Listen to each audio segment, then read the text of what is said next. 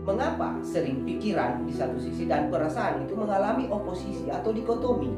Karena karakternya tidak bersumber dari ideologi dan tidak bersumber dari ideologi dan pemahaman Islam, yang sehingga dakwah itu tidak mengalami satu perbaikan sosial dan perbaikan individu.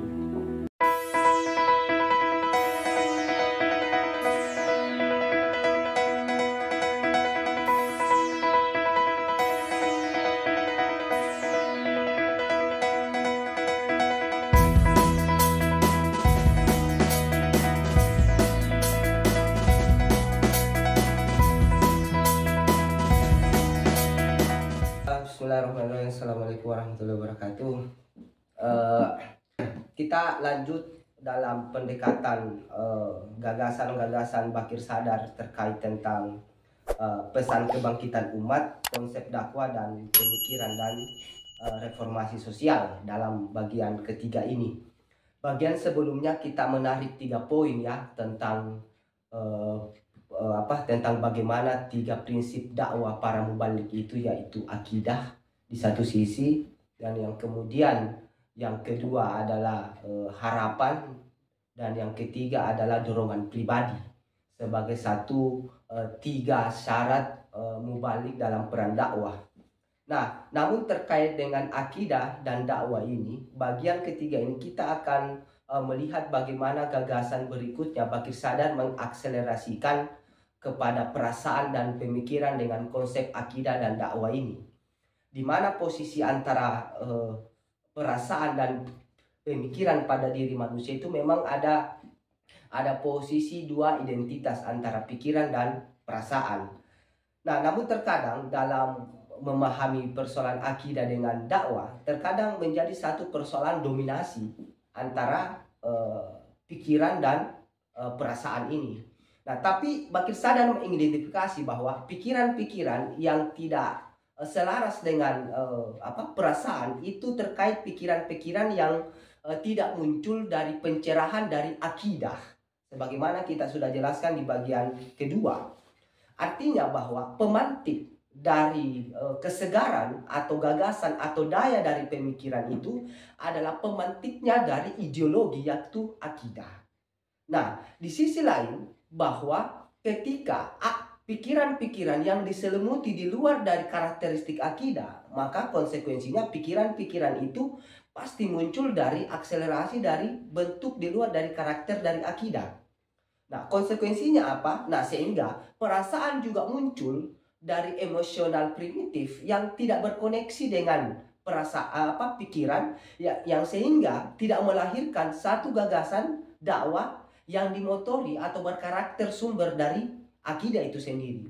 Nah, sehingga mengapa sering pikiran di satu sisi dan perasaan itu mengalami oposisi atau dikotomi? Karena karakternya tidak bersumber dari ideologi dan tidak bersumber dari ideologi dan pemahaman Islam, yang sehingga dakwah itu tidak mengalami satu perbaikan sosial dan perbaikan individu. Nah, juga dengan perasaan. Nah, mengapa perasaan-perasaan dakwah itu, kata Bakir Sadar itu, mengapa sering dieksploitasi? Yaitu tadi, sekali lagi karena perasaan-perasaan emosional yang primitif ini ya dibangun oleh pemikiran-pemikiran yang tidak bersumber dari akidah. Nah, sehingga perasaan-perasaan, kata Bakir Sadar, perasaan yang rendah sering dieksploitasi dalam dalam diskursus keagamaan, terutama ketika agama masuk dalam persoalan politik, ketika agama masuk dalam persoalan diskursus yang ada di sosial, sehingga perasaan-perasaan yang rendah dan primitif itu telah mudah dieksploitasi. Nah, oleh karena itu dalam pendekatan ini bahwa Bakir Sadar melihat dakwah risalah Islam dengan akidahnya sendiri sangat menekankan hubungan antara perasaan dan pemikiran. Yang pertama adalah pemikiran itu lahir dari karakteristik sumbernya adalah akidah. Sebagaimana kita sudah jelaskan dalam rentetan penjelasan yang pertama, bahwa salah satunya persoalan syarat kebangkitan umat itu adalah pemahaman yang benar terhadap akidah. Nah, sehingga pikiran-pikiran yang tercerahkan oleh akidah ini membuat satu evolusi diri dan radikalisasi paradigma pemikiran yang sehingga memunculkan satu emosional terkait dengan karakteristik jiwa individu dengan hubungannya dengan akidah. Nah, sehingga dakwah itu menjadi satu ikatan emosional terhadap akidah di satu sisi dan terhadap masyarakat di sisi lain. Jadi artinya bahwa perasaan muncul dari pemikiran yang dicerahkan oleh akidah. Nah, artinya ikatan antara pemikiran dan perasaan di sisi lain itu sumber utamanya adalah karakteristik ideologi, yaitu akidah. Artinya bahwa ini yang menjadi satu diskursus agar kiranya ya konsep pemikiran secara dakwah dan konsep pemikiran secara mubalik menggunakan satu insting membentuk individunya. Nah, pembentukan individu ini adalah hubungan antara perasaan dan pemikiran, yang dimana kedua ini dibentuk oleh karakter ideologi. Nah, agar kita umat Islam sendiri tidak gampang dieksploitasi secara pemikiran dan tidak gampang dieksploitasi secara perasaan.